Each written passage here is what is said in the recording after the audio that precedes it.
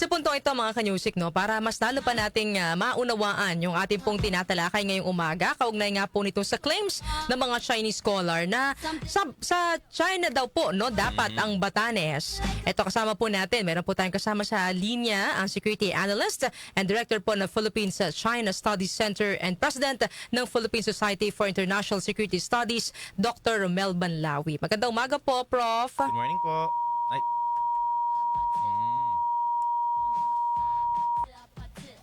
Prof?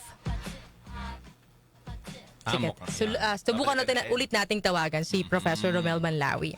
O maganda to, partner, na mayroon tayong eksperto, no, Yes. na nakakausap. Ano ba to para malaman natin kung is it alarming na 'di ba, may parte ng Pilipinas na kiniklaim. Ayun, so titignan natin mamaya, partner, kung ano ba dapat yung maintindihan ng mga kababayan natin. Kasi baka mamaya sa kadali, yung iba sasabihin nila, partner, isiningit pa ninyo yung usapin tungkol sa sa pag-angkin ng China sa Batanes, may mas malaki pa tayong issue na kinakaharap ngayon. Pero tandaan po ninyo, this also concerns hindi lang yung sovereignty ng ating bansa, kundi national security as Correct. well. At saka, hindi ito may tuturing na maliit na issue, di ba, partner? Katulad nga sabi mo, concern din natin yan dahil national security ng pinag-uusapan natin. And yung iba naman, partner, iba naman, nagsasawa na din doon sa impeachment, no? Kaya parang gusto rin nila, iba rin naman yung pinag-uusapan. Ito na, nasa linya na natin, si Dr. Romel Banlawi. Magandang umaga po, Prof. Good morning po, Prof. Magandang umaga sa inyong dalawa, Linandario. Magandang umaga po sa inyong lahat. Sir, ano po yung reaksyon ninyo dito po sa panibagong claims na yung Batanes daw po natural extension ng Taiwan, therefore dapat daw po pag-aari ng China? Dapat nating mapaliwanagan din na nag-issue na ng official statement ang Foreign Ministry ng China na dinideny nila na meron silang existing claim sa Batanes. At sinasabi nila na kinikilala nila na ang Batanes ay bahagi ng teritoryo ng Pilipinas at hindi nila sinasangayunan yung claim ng mga Chinese scholars na ang Batanes ay bahagi ng China sa pamamagitan ng Taiwan. So para sa akin, ang issue na yan ay mutin academic na dahil official ng sinabi ng pamahalaan ng China na wala silang existing claim sa Batanes. Prof, meron po kasi atang nilabas ang DFA na statement regarding this at sinabi ata nila na hindi na daw deserve na bigyan ng tugon o sagutin ito dahil malinaw na nga naman daw po na nasabi yung soberanya ng Pilipinas sa Batanes very clear and final na at hindi na daw po dapat pagtalunan at the same time patulan. Your thoughts about this, Prof? Tama po. Sumasang-ayon po ako diyan. Mga ganitong klaseng claim ay hindi napapatulan dahil malinaw naman sa batas at sa actual practice natin at kinikilala ng buong mundo ng Batanes ay bahagi ng Pilipinas. In fact, ang ambassador ng China, si Ambassador Qin Juan, ay nagka-visit sa Batanes at nag-call sa governor ng Batanes ay yan ang ipagkilala na officially ay kinikilala ng China na bahagi ng ating territorial integrity ang Batanes. Yung ginawa ng mga Chinese scholars, alam mo kasi kaming mga scholar, minsan ay lumalawak ang aming imahinasyon. Kaya yung mga claim na yon ay hypothetical lang. Pero ang pagkakaalam ko, dahil nakausap ko yung isa sa mga nag-participate doon sa symposium na yon na ginawa sa Guangzhou, China, na ang sinasabi nila ay isa lamang itong academic analysis kung saan sinasabi nila na ang Batanes ay bahagi ng geographic space ng Taiwan at kung saan ay nagkaroon ng historical presence ang China sa area na yan. Pero na-hype yung gusto na kiniklaim nila na bahagi ng China ang Batanes. Pero ang maliwanag ngayon na dapat nating naidiin na ang bansang China ay lubos niyang kinikilala na ang Batanes ay bahagi ng teritoryo ng Pilipinas at wala silang official claim sa area na yan. Hindi nila inaangkin. Yes. Atin na atin ang Batanes. Prof, may kinalaman kaya ito doon sa 10th year commemoration ng 2016 arbitral rulings? Yun na nga siguro dahil nga may 10th year ng arbitral ruling na hype yung issue na yan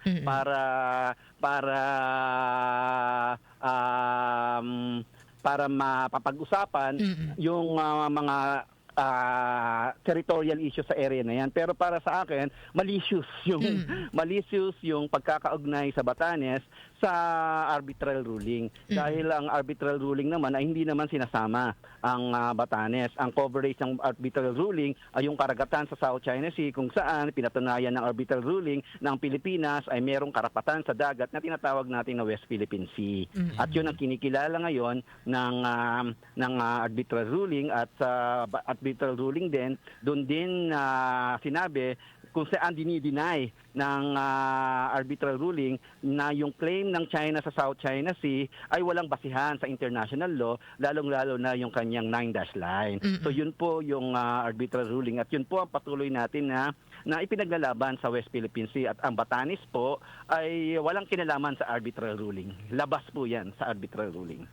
Ngayon naman, Prof, though nasabi po ninyo kanina na nag-agree kayo with DFA na dapat hindi nabigyan ng tugon or hindi napansinin itong nangyaring parang academical study dito, for now, malinaw po yun na hindi pa nga ina-adapt ng Chinese government yung claims regarding this. Pero just in case, Prof, na magkaroon ng pagbabaliktad dito sa sitwasyon na ito, ano po yung dapat, if ever, na paghandaan ng ating gobyerno tungkol dito? Hypothetical po yan dahil unang-una walang intensyon ang China na angkinin ang Batanes. Walang-wala talaga yan. Pero isa sa mga aral na dapat natin na makuha sa issue na to ay yung patuloy na pagpoprotect ng ating teritoryo. So ibig sabihin, yung ating territorial integrity ay patuloy nating ipaglaban at yung borders ng Pilipinas, yung maritime borders natin na napakaporo sa buong archipelago, the second largest coastline in the world, ang ating coastline. Yung ating coastline ay mas malaki pa sa combined coastline ng Estados Unidos at ng China. So ibig sabihin, kinakailangan natin ng capability para bantayan natin yung karagatan ang ating karagatan sa ating archipelago, hindi lamang sa waters around Batanes, sa West Philippine Sea, pati na rin sa Benham Rise at sa Philippine Sea, sa Sulu Celebes Sea. So yun ang malawak ang ating dapat bantayan. So ibig sabihin, yung ating pakikipaglaban sa ating territorial integrity at ating sovereign rights ay hindi pwedeng isuko. May naisulat po kayong article, Prof, noong March 27, 2026 na Marcos Jr.'s China reset promotes Philippine security. Kung saan nabanggit po ninyo na yung resetting ties ng Marcos Jr. admin ay calculated, pragmatic move para mapalakas po yung national resilience at ma-promote po yung Philippine security sa gitna ng global energy crisis, regional tensions, and worsening great power rivalry. Pwede pa ba, Prof, na ma-reset ang ugnayan? At bakit tingin ninyo ay makikinabang po yung Pilipinas? Oo, na-overtaken ng events na yung sinulat ko na yan dahil marami nang nangyari magmula nung sinulat ko yung artikulo na yan hanggang ngayon dahil may mga challenges tayong kinaharap para ma-reset talaga yung relationship natin sa China. Sa hanay ng ating Department of Foreign Affairs, sa Department of Trade and Industry, sa Department of Tourism, sa Finance o yung tinatawag natin na Diplomatic and Economic Sector ay talagang seryoso sila na magkaroon ng reset ang ating relationship with China para mapalakas yung ating commercial relationship at trade relationship at tourism relationship, people-to-people contacts. So yun, kaso may problemang may bahagi tayo ng gobyerno natin na may problema sa ganyang klaseng reset with China at yan yung defense and security sector. Dahil nga iba yung approach nila paano makipag-deal sa China at yun ang kailangan nating masettle para magkaroon ng meaningful reset. Dapat magkaroon ng magandang mill-to-mill relationship o military-to-military relationship ng Pilipinas at China at ma-resume yung defense dialogue ng Pilipinas at China. Pero sa mga kasalukuyang pangyayari ngayon ay mukhang lumalabo yung direction na yan dahil kumakailan lang ay winidraw natin ang ating defense attaché sa China. At retaliation yan dahil nga binan ng China si Secretary Teodoro at ang kanyang pamilya na pumunta sa China. So mukhang lumalabo yung reset na sinasabi dahil nga walang unity of efforts yung ating gobyerno sa hanin ng economic sector, diplomatic sector, gusto nila ng reset pero yung defense and security sector ay may mga challenges to move towards that direction. And speaking of Secretary Gilbert Teodoro, Prof, nabanggit nyo nga ho na blacklisted na nga siya ng Beijing. Para ba ma-reset yung ties natin with the Chinese government? Sa tingin nyo may dapat bang gawing hakbang si PBBM? Like, for example, siguro i-relieve siya of his duties as the Secretary of Defense?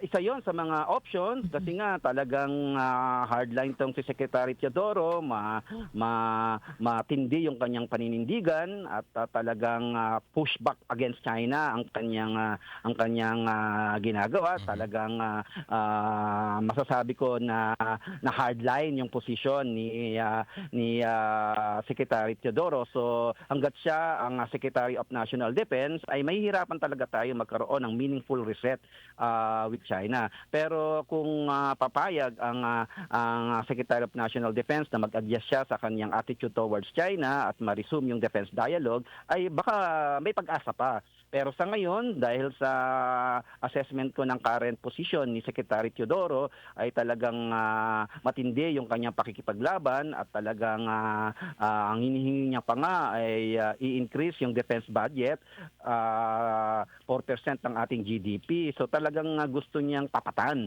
yung mga growing activities ng China sa West Philippine Sea para maipagtanggol yung ating territorial sovereignty at sovereign rights sa West Philippine Sea. So para sa akin, hanggat nandiyan si Secretary Teodoro, mahihirapan talaga magkaroon ng reset dahil iba yung pananaw ni Secretary Teodoro. Pero kung magkakaroon tayo ng bagong Secretary of National Defense na willing na willing to find a common ground with China so that we can manage our differences and work for cooperation, ay yan, may pag-asa pa. Pero sa ngayon ay wala akong nakikitang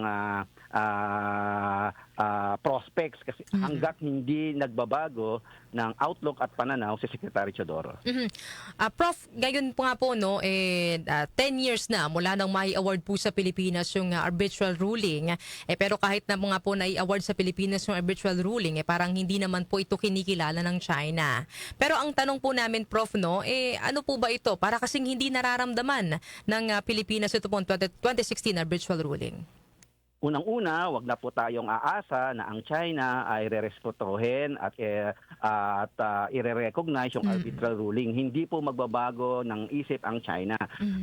Siguro tayo, kung gusto nating magkaroon ng meaningful reset with China at gusto nating ma-resume yung ating good economic and trade relationship with China, tayo magkaroon ng tinatawag na innovative strategy. At ako, meron akong proposal para magkaroon ng innovative strategy na gamitin natin yung win natin sa arbitral award bilang leverage on how to negotiate with China. For the past 10 years, nakakita tayo ng confrontation, increased confrontation and escalation of incidents with China.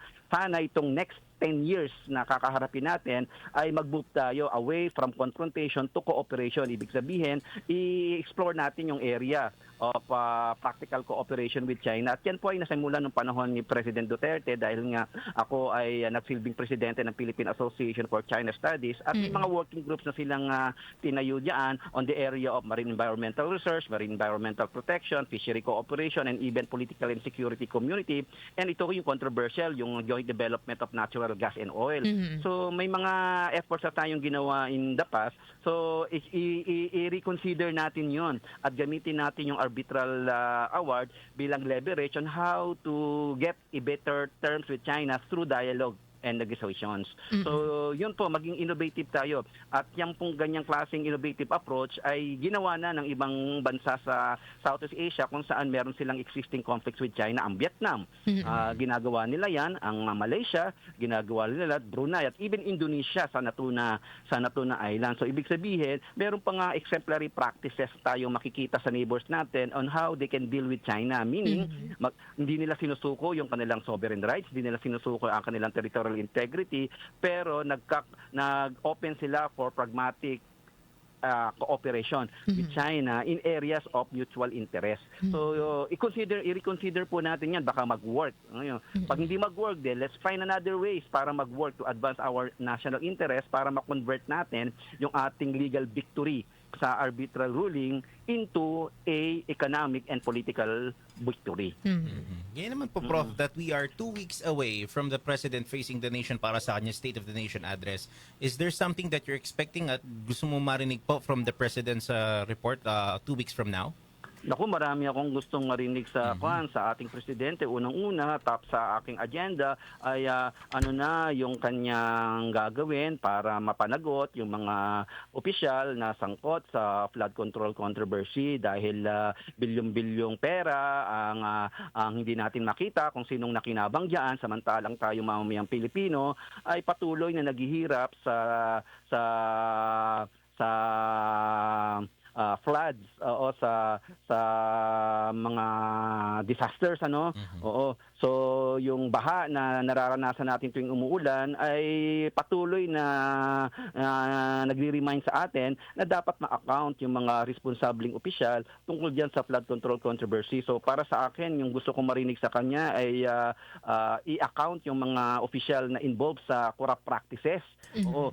Although mayroon din akong interest na marinig sa kanya na ano na ang ginagawa ng ating presidente para maibsam naman yung ating kalagayan itong kinakaharap nating energy crisis, lalo na nagkakaroon na naman ng problema ang US at ang Iran diyan sa Persian Gulf at tataas na naman ang presyo ng gasolina, tataas na naman ang presyo ng bilihin, at kung di natin mapigilan yung taas ng presyo ng bilihin at ng gasolina, gusto kong marinig sa kanya anong gagawin niya para mabigyan ng kabuhayan yung mamayang Pilipino na magkaroon sila ng trabaho. So anong gagawin niya para mabigyan sila ng trabaho para at least may trabaho ka, makabili ka ng gusto mo. Ang hirap yun, tumataas na nga ang presyo ng bilihin, wala ka pang trabaho, maghihirap talaga ang mamayang Pilipino. So yun yung mga issues na gusto kong marinig kay Pangulong Marcos sa kanyang State of the Nation na address. At yung mga iba pang issue ay marami pa, pero yan ang aking top 2 issues na marinig sa kanya.